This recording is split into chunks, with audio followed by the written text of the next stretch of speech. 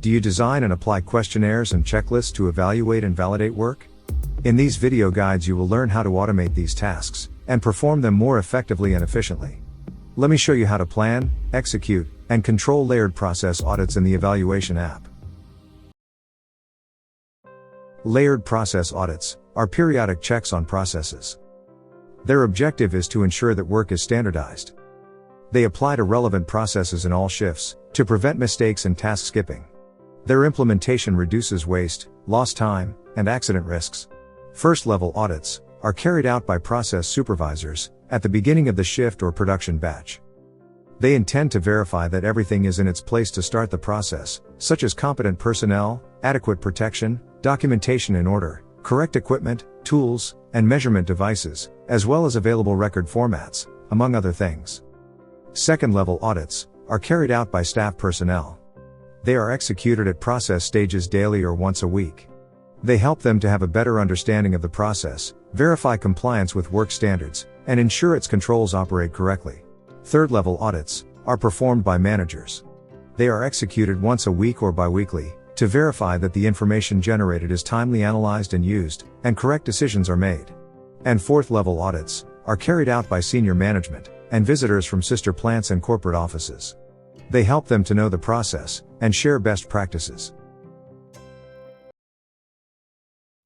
To implement these audits with the evaluation app, we first created a questionnaire with 4 sections, one for each audit level. Although the questions are similar, they differ in their approach. For example, if we want to verify that the statistical process control operates correctly, at the first level we can ask, does the measurement equipment correspond to those established in the control plan? Are they sheltered and protected? Are record forms available? Do operators have the competence to measure, record, and interpret data? And adjust the process when necessary? For a second level, we could reformulate the questions. Do operators measure product features, and collect records in the correct formats? Does it comply with the procedure and frequency established in the control plan? Do they identify and report atypical behaviors and events outside control limits? Do they log events that may cause non-normal variation? And for the third and fourth levels, the appropriate questions should be: have there been atypical behaviors or out-of-control events during the last month of operation? Were they analyzed correctly? And appropriate decisions were made? Are events documented in the corrective action system? In the content section, you will find question templates per audit level that you can download. Next, we divide each questionnaire into question sections, such as working standards, non-conforming products, and safety. We don't ask all questions at the same time. For each audit program, we select the questions to ask. Each period, questions rotate to avoid getting used to answering the same thing. Audit rounds should last around 15 minutes. In each section, we add generic questions to all processes, such as the use of personal protective equipment, and specific process questions, such as atmosphere and temperature controls and heat treatment, and select the expected response type, which usually is multiple choice for these audits. Since not all auditors are familiar with the process, it is helpful to add guidance on what to look for, as well as explain why the question is relevant, and indicate what to do in case of non-compliance. Additionally, we suggest adding an index to keep track of how many times the question has rotated. Sometimes, it is convenient to add images to explain what to look for or evaluate. Commonly expected answers are yes, no, and not applicable. But they can be extended, as in this case, to compliant, can be improved, non-compliant, and not applicable. The identification of not comply responses permits the generation of a nonconformity report. And coloring the answer helps to avoid confusion when answering. Some standards like VDA and CQIs require it. Depending on the type of response selected, the record of observations and capture of images can be required. Each question or section can be duplicated to maintain what's similar and change what's different, helping to develop the questionnaire faster. The next step is to identify the processes to audit, which we call subjects. Because different people participate in each audit level, and questions differ in how been asked, each process stage requires 4 subjects. 1 per audit level. We select the people responsible for auditing each process, and at each level. In other words, to each subject. We establish frequency and execution times, depending on working shifts. For example, daily in Level 1, weekly in Level 2, bi-weekly in Level 3, and monthly or by an event in Level 4. When applicable, we give tolerance to its execution. For example, if weekly and scheduled on Wednesdays, we can add 2 days before and after. In this way, it can be done any day of the week, from Monday to Friday. By selecting random assignment, the system distributes the work evenly among the assigned auditors. Then, we select the questions to ask in each subject. We recommend rotating them every 2 to 3 months.